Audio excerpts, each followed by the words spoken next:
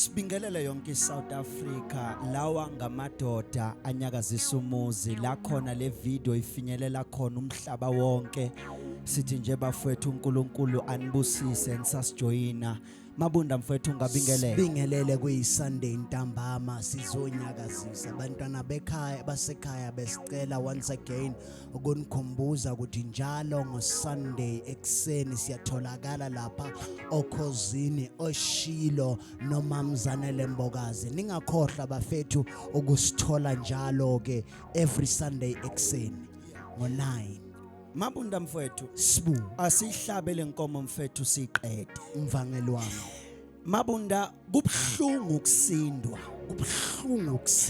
ngoba ukusindwa mabunda kudle emandleni sibu and njalo umusinda mabunda izinto oyithwele ziyadileka sibu mabunda kunento engichazayo ukhazwa yini kunalento ekuthiwa imoto into engichazayo nayi mabunda ikuthwala wena ikuthwale nezinto zakhe ezikusindayo ithi mayihamba ihambe nemithwalo yakho ihambe nawe ikuthwele uthi uJesu yanina nonke nisindwayo nenikhathele wozani kimi mina ngizoniphumuza uJesu mabundu uyafana nemoto kunabantu abasindwayo kodwa manje mntana sekhaya uJesu uthwala wena akuthwale nezinkinga zakho yayithatha umthwalo ubeke emotweni wemvangele into engayibona naye ngake ngabona abomama bahamba bayogibela amatekisi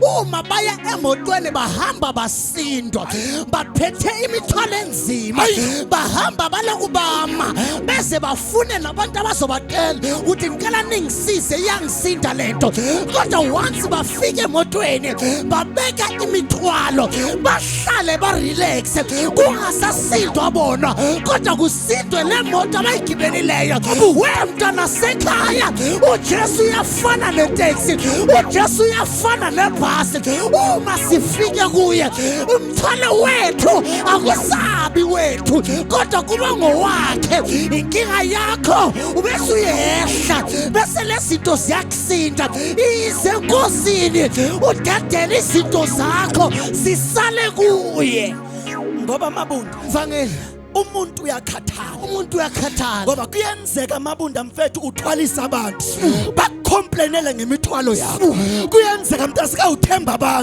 abantu bakomplainele ngezinto zakho kodwa amabunda imoto ayikomplainele ithwala wena ikuthwale nemithwalo yakho uJesu angeke ahlebe ngawe ngoba abanye amabunda benza iWhatsApp yabo ukuthi bathathe imithwalo kanti emntasekhaya kuno Jesu oyimoto into engihlupha ngabantu naye abantu abamind ukuthwala imithwalo yakho kodwa ngeke bathwale wena kodwa uNkulunkulu uthwala imithwalo yakho bese athwale nawe athwala umndeni wakho athwale nawe akayathatha umthwalo kuphela kodwa uthwala nawe ngoba abantu mvangeli balokuthwala umthwalo hayi ngoba bayakuthanda kodwa ngoba kunezinto abayifunayo emthwaleni wakho ungacabanga ngathi bagijimela bayakuthanda ngoba nabantwana mvangeli umama evela edrobheni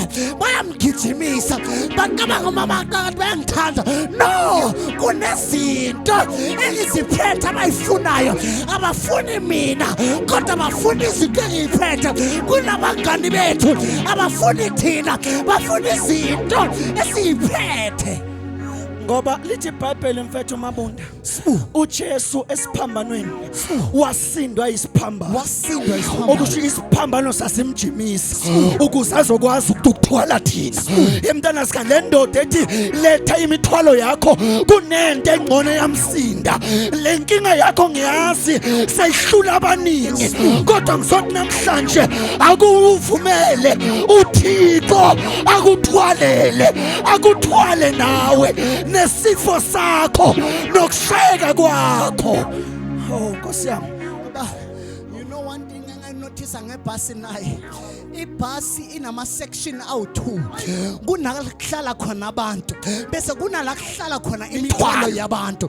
Imithwalo yabantu mvangeli ayihlali nabo sometimes kodwa uhlala phansi kwabo. Inkinga yabantu naye uma ufika enkonzweni uzothola abantu abafuna ukuthi uthwale umthwalo wakho kodwa uma sowufika enkosini kunezinto esingazahlali nazo ngoba wahlala nomthwalo uzokwenza ukuthi ungabi comfortable.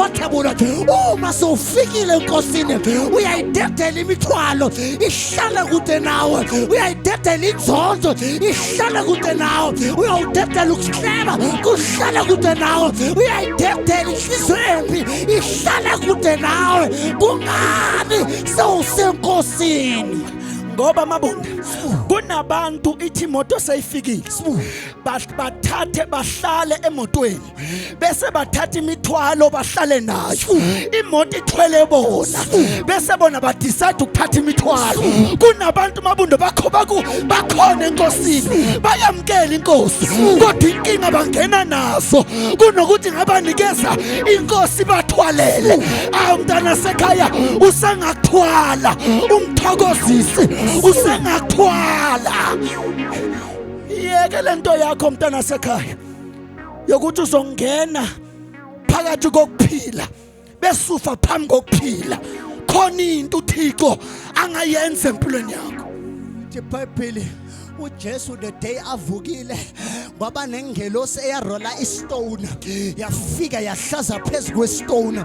Into lebe ivalele uJesu yasuswa yabekwe esayidini kwahlala phezu kwayo. Elithi iBhayibheli bafika bathola lengelosi imile ithi nimfunelani na ophilayo kwabafileyo. Ngathi namhlanje ngizobuza umfuna kanjani umuntu emthwaleni wakhe kanti seke yaphila ngoba before ufike enkosini bowufile wafika enkosini uqala uyaphila. Lithi iBhayibheli mvangeli kunabantu abazokufuna la ufele khona kanti awusekho. Kunabantu abazokufuna etshwaleni kanti awusekho. Manje soyaphila ngoba sowusenkosini. Kunabantu abazokufuna la ufele khona kanti wena awusekho la ufele khona. Kunabantu mabunda abakwazi ukuthi uyacela kodwa mntana sikhaya awusekho lapho wena. Kodwa ngizothi namhlanje qhubeka ungabavumela abantu bakulande ngento yayizolo. Awuyona into yayizolo wena kodwa uyilento uNkulunkulu athi uyiyo. Mabunda Mvangeli ngifunde into nayi baba. ufunde ntata uThixo akanandaba nezolo lomuntu akanandaba nozolo lomuntu kodwa unendaba nento ayenza manje. Iproof yalokho wenza amehlo uThixo abangaphambili kodwa amehla wekho ngemuva. The moment ubhekale awuyiboni into esemuva. Yemntana seka awuyona lento oyenza izolo kodwa uyilento uThixo athi uyiyo. Ngiunderstand mntana sekhaya kuze bowuphuza.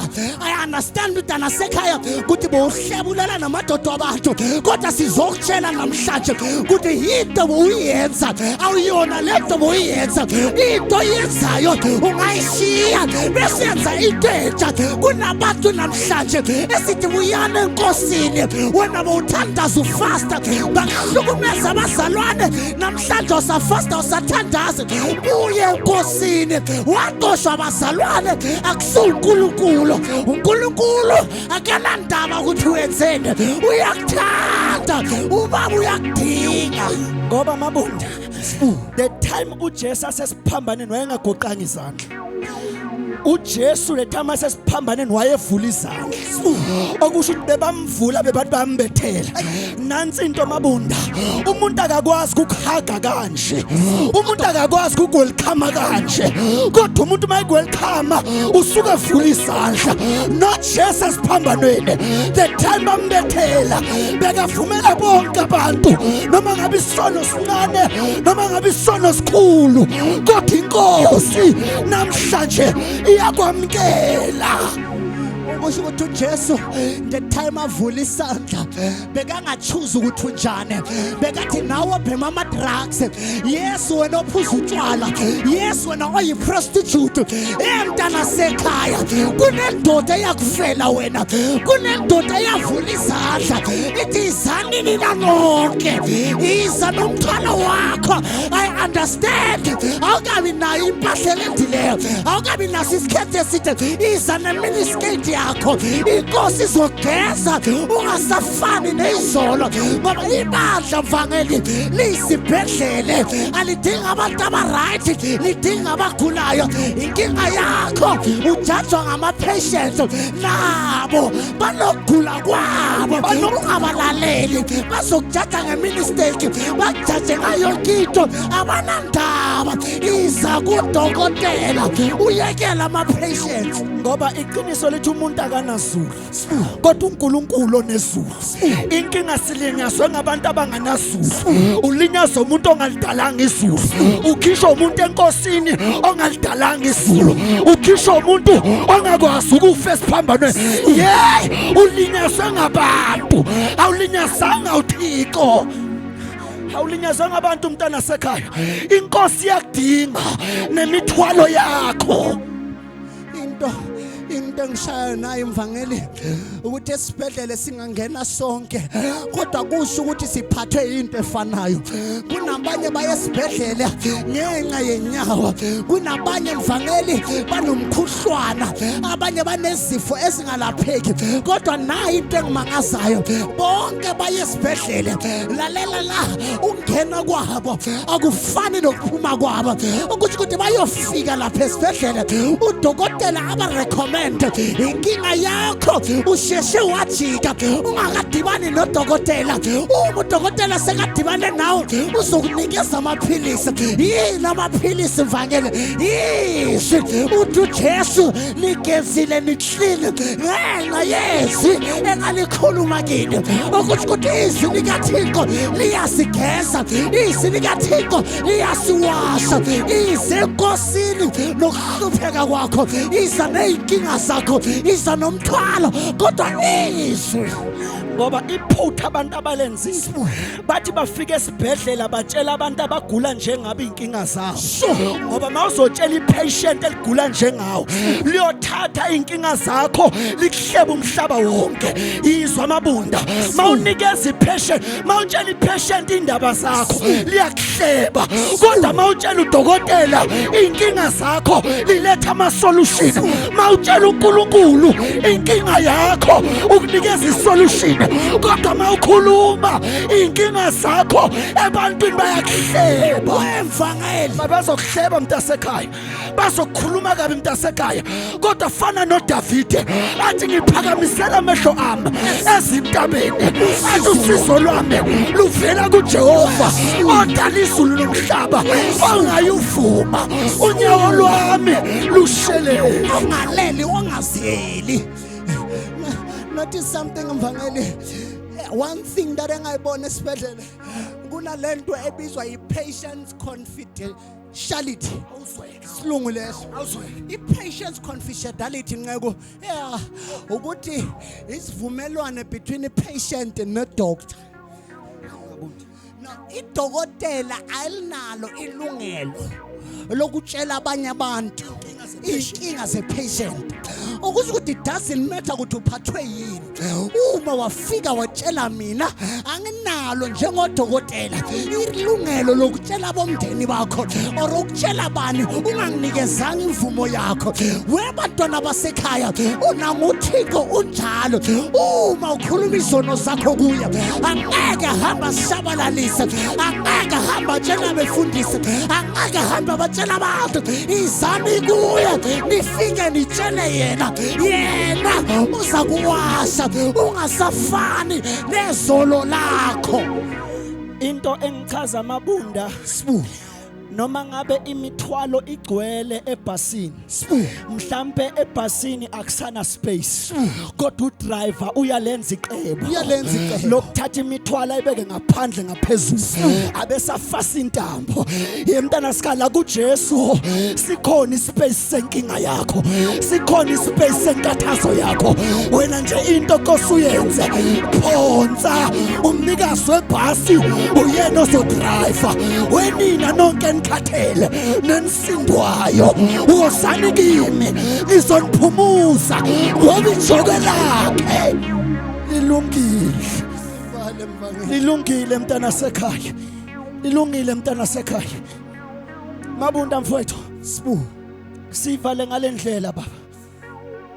Nansi into enamandla tata. Uma ufika lapha yana uphonsa imithwalo, uyiphonsa kuJesu, uyifake emotweni, awusazihambeli kodwa uhanjiswa ile moto. Mabunda nabu ubungozi bokuthwala imithwalo yakho bese mabunda uhamba nayo, uthi noma ufikile endaweni awusayi-enjoy lezinto oyithwele noma le impahla mabunda besikusinda. Angeke ube nesikhathi sokuyigcoka kodwa unesikhathi sokuphumula. Yemntana sekhaya le ngangitshela nantona mntana sekhaya, uThixo udlala indima yakhe, nawe dlala indima yokuba umuntu, ngoba uNkulunkulu umsebenzi wakhe ukusithwalela thina sibheke yena. Sivale mfowethu, athi singaya siyothandaza, sithandaze nabantu abanomthwalo. Angazi ukuthi umthwalo wakho yini. Sometimes umthwalo wakho yingane zakho izalileyo, kodwa namhlanje asizakulalela izokuphendulana noma kanjani. Mhlawumbe umthwalo wakho izono zakho zayizolo. Maybe mfethu le video ikufinya usejele, kunezinto wazenza ngephutha uwasithola kulesimo kiso. Umthwalo wakho ke loyo, umthwalo wakho sometimes umndeni wakho ongazwani nakho umthwalo wakho. Sizothandaza nawe, kodwa before sithandaza mntana sekhaya, I'd like to lead you in a prayer of salvation. La ukhona khona bese umvangeli uyathandaza, bengicela usho lokho emva kwami. Angazi ukuthi ukuphi, you are watching me at the comfort of your home, kodwa ngiyacela mntana sekhaya, vula inhliziyo yakho uwamkele le ndoda ezokuthwalela umthwalo wakho. Ngiyacela mntana sekhaya, say these words after me. Say, Lord Jesus, I receive you with all of my heart.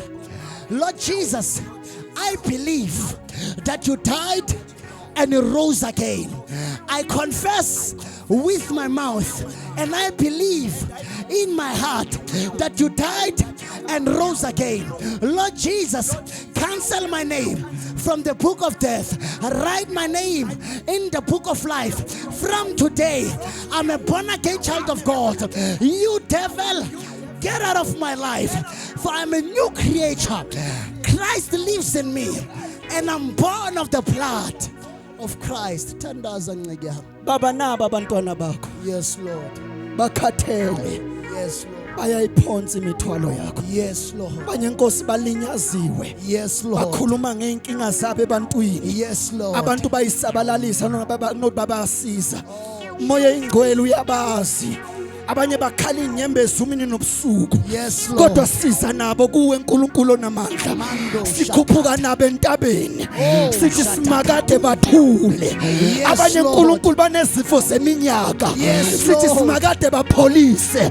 Abanye inkosi imthwalo yabo ukungasebenzi, kodwa sikhuphuka nabo egameni likaJesu. Ogama lakhe liphezulu kwawo onke amagama, ogama lakhe liguqisa yonke imimoya.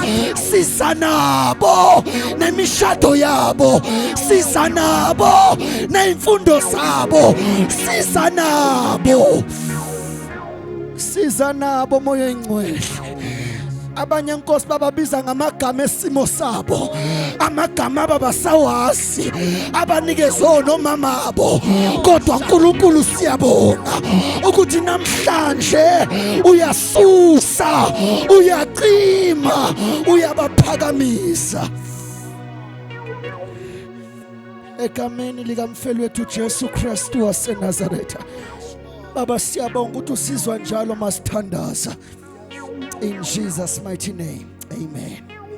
ningakhohlwa abantwana basekhaya, we are available for my invitations laphaya ku 064 6200 751. Sibonge again to Tulas MTV for the opportunity to share the word. Ningakhohlwa bafethu, keep on liking, sharing, and also siyacela bafethu uma uNkulunkulu akubusisile ngalama video wethu, ungasabi ukusifakaza and tell us what God has done in your life through our ministry. We would really appreciate it ngoba amazwi wenu bazalwane ayafana nepetrol kithina. Uma nisitshela izinto ezinhle uNkulunkulu azenzayo through this ministry, kusinikeza amandla kuze siqhubeke njalo, sihamba sishumayela njalo. Siyabonga bafethu. We love you so much in Jesus name. Amen.